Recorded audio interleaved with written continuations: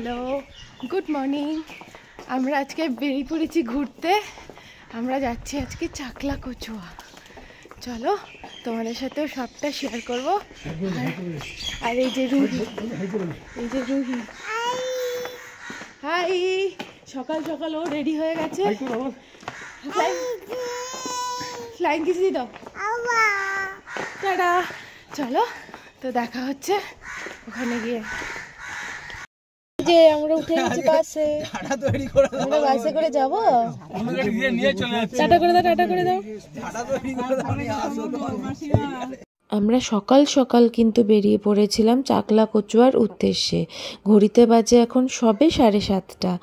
আর যারা জানো না তাদেরকে একটু বলি, চাকলা কচুয়া হচ্ছে লোকনাথ বাবার জন্মস্থান।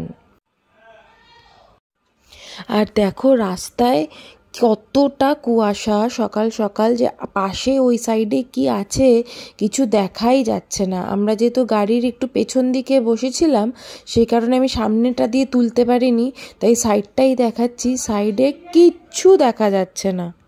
আমরা কিন্তু গেছিলাম একটি ট্রাভেল এজেন্সির সাথে। তো ট্রাভেল এজেন্সির ডিটেলসটা আমি আপনাদের সবাইকে পরে দিচ্ছি, সবই জানাবো। কিভাবে কন্ট্যাক্ট করতে হবে, ওনাদের কত কি খরচ, সবটাই কিন্তু আমি এই ভিডিওতে আপনাদের সাথে শেয়ার করব। যদি কারোর দরকার পড়ে অবশ্যই তাদেরকে ফোন করে নেবেন। এই যে আমরা এখন একটা জায়গায় হল্ট নিয়েছি, চা ব্রেকফাস্টের জন্য একটুখানি হল্ট নিয়েছি। আর বেশিক্ষণের রাস্তা বাকি নেই। রাস্তার মাঝখানে গাড়ি থামিয়ে একটু হল্ট দিয়ে কিন্তু আমাদেরকে ওনারাই ব্রেকফাস্ট প্রোভাইড করেছেন। একটি পাউরুটি, কলা, মিষ্টি আর একটি হচ্ছে খাস্তা কচুরি ছিল এটার সাথে। যেহেতু একটা তীর্থস্থান সেই কারণে আজকে পুরোটাই ভেজ খাবার দাবার ছিল, কোনো ননভেজ কিছু ছিল না। আর ঠিক দেখো, আর এদিকে দেখো তোমাদের রুহিকে, মানে একদম প্রথম থেকে জার্নি শেষ অবধি ও শুধু দুষ্টুমিই করে গেছে। ওর এনার্জি লেভেল আলাদাই ছিল। দেখো কারোর কোলে উঠবে না। কচুয়া ধাম এসে পৌঁছে যাব।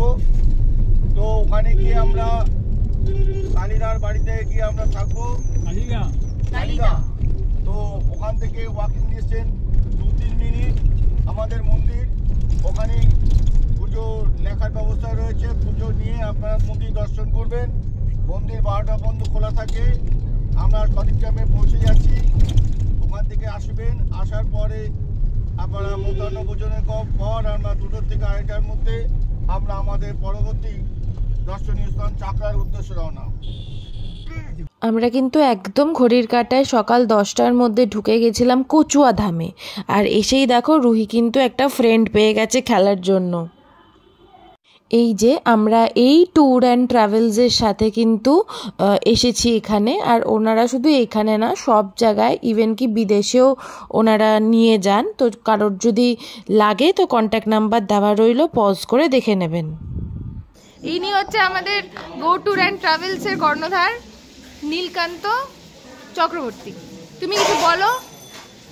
আমাদের এই ইংরেজি শুভ নববর্ষের 2025-এ আমাদের সমস্ত যাত্রবৃন্দকে এই বছরের আমাদের ভ্রমণ এই তীর্থস্থান বাবা ত্রিকালদর্শী বাবা লোকনাথ ব্রহ্মচারীর জন্মস্থান কচুয়া চাকলা ধাম ভ্রমণের উদ্দেশ্যে আমরা বেরিয়েছি। আমরা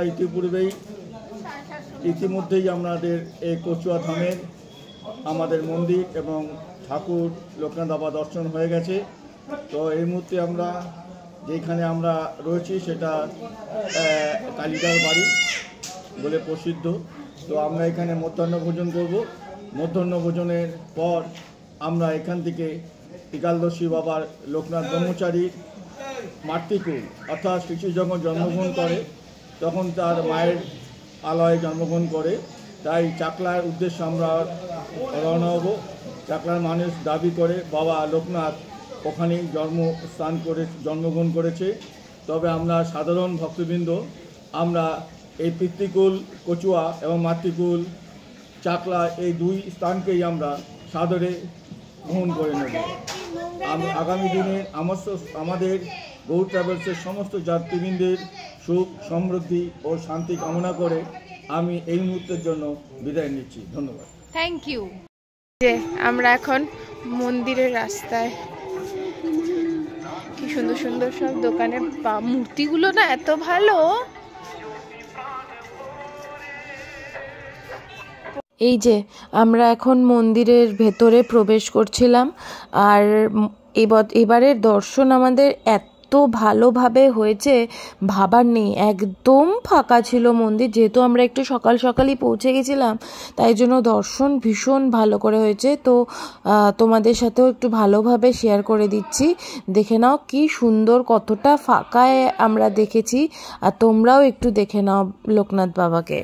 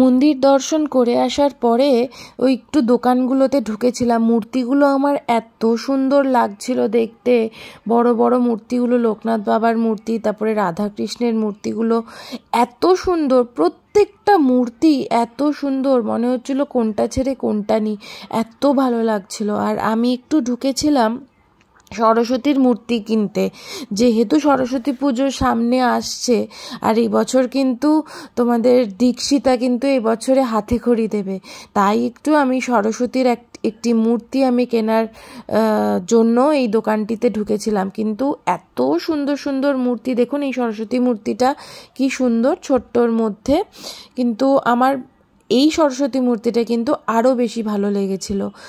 কি সুন্দর, মানে প্রত্যেকটা মূর্তি। আর দেখুন এই মূর্তিটা কিন্তু আমি নিয়েছি দীক্ষিতার জন্য, কি ভালো হয়েছে না দেখতে, একদম বাসন্তী কালারের, খুব ভালো। আর প্রত্যেকটা মূর্তি দেখুন, এই মূর্তিটা দেখুন এত সুন্দর, মানে ভীষণই ভালো লেগেছে। আর শুধু এই দোকান বলে না, এখানের প্রত্যেকটা দোকানে এত সুন্দর সুন্দর মূর্তি। আর এই রাধাকৃষ্ণের মূর্তিটা দেখুন, মানে আপনি চোখ ফেরাতে পারবেন না এই মূর্তিগুলো দিয়ে। আর এদিকে আমরা যখন মূর্তি দেখছিলাম সেই সময় কিন্তু রুহি আকাম করছিল, ওই ইয়েতে যে কটা খেলনা ছিল একা একাই নামিয়ে একা একাই খেলতে শুরু করেছিল, মানে ওর দিকে ব্যস্ত ছিল। পুরো দোকানের সব জিনিস পারলে ও নিজে একাই তছনছ করে দিয়ে চলে আসে, এতই দুষ্টু। আর এদিকে কিন্তু আমাদের জন্য দুপুরের লাঞ্চ তৈরি হচ্ছিল, এনারা রান্না করছিলেন, ওনারাই কিন্তু রান্না করে আপনাদেরকে পরিবেশন করবে, মানে আপনাদেরকে খাওয়াবেন। কোনো হোটেলের কেনা খাবার কিন্তু কিনে এরা খাওয়ায় না, এনারা কিন্তু ওখানে কুক নিয়ে যায়, ওনারাই রান্না করে কিন্তু সবাইকে প্রোভাইড করে, আর একদম বাড়ির খাবার, খুব সুন্দর খাবার তৈরি করেন। এখানে প্রথম ব্যাচ বসে গেছে দুপুরের লাঞ্চের জন্য, সবাই খেতে বসে গেছে। দেখো মাম্মাম সবাই খাচ্ছে।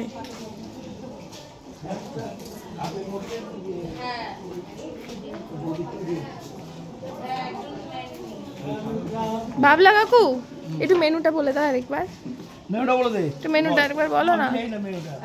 আজ আমাদের ভোগের মেনু হচ্ছে ভোগের অন্ন, ভেজ মুগ ডাল, বেগুনি, এঁচোড়ের ডালনা, পনিরের ডালনা, চাটনি, পাঁপড়, রসগোল্লা, সন্দেশ এবং ভোগের হচ্ছে ওটা কি বলে, লবঙ্গ লতিকা।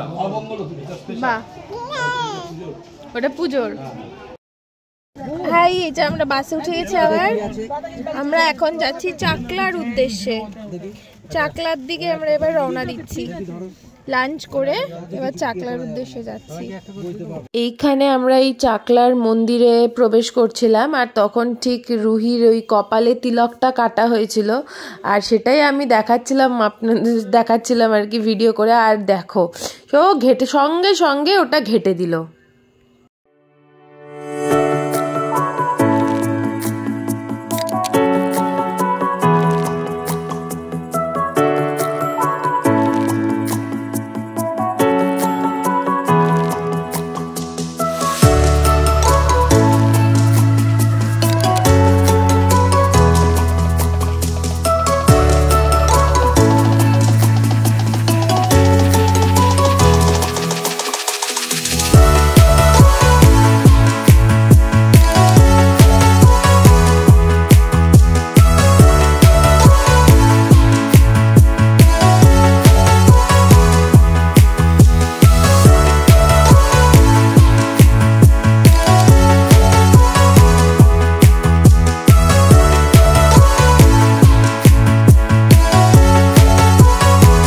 এখানে মন্দিরের ভেতরে কিন্তু ফটো তোলা নিষিদ্ধ ছিল, সেই কারণে আমি ভালোভাবে আপনাদেরকে এটার ফটো ভিডিও করে দেখাতে পারলাম না, তার জন্য আমি দুঃখিত। এই মন্দিরটির ভেতরে একটি মাঠ ছিল বিশাল বড়, সেখানে এই ফ্যামিলিটি বসেছিল, আর ওখানে গিয়ে রুহি কিন্তু ওদের থেকে ব্যাট বল সব নিয়ে খেলতে শুরু করেছিল। আর রুহির সেই একই কাণ্ড, শেষমেশ ও বলটা ফেরত দিয়ে কিছুতেই আসতে চাইছিল না। আর ওই ফ্যামিলিটিও, ভদ্রমহিলা এত ভালো ছিলেন, বলেছিলেন যে বলটা নিয়েই যাও, কিন্তু অনেক কষ্টে রুহিকে বুঝিয়ে সুঝিয়ে বলটাকে আমরা ফেরত দিয়ে আসি। মানে ও এতটাই বাজে মেয়ে তৈরি হচ্ছে দিন দিন, ও যেখানে যাচ্ছে সেখান থেকে যেই জিনিসটা যার তার জিনিস নিয়ে চলে আসছে। তারপরে কিন্তু আমরা মন্দির থেকে বেরিয়ে বাসে উঠে ডিরেক্ট আমরা কলকাতার উদ্দেশ্যে রওনা দিয়েছিলাম, মানে ফেরার পথে আর কি যাত্রা শুরু করেছিলাম। এইখানেই তাহলে আজকের ভিডিওটা এন্ড করছি। কেমন লাগলো তোমাদের প্লিজ জানিও, আর ভিডিওটা লাইক করতে কিন্তু ভুলো না।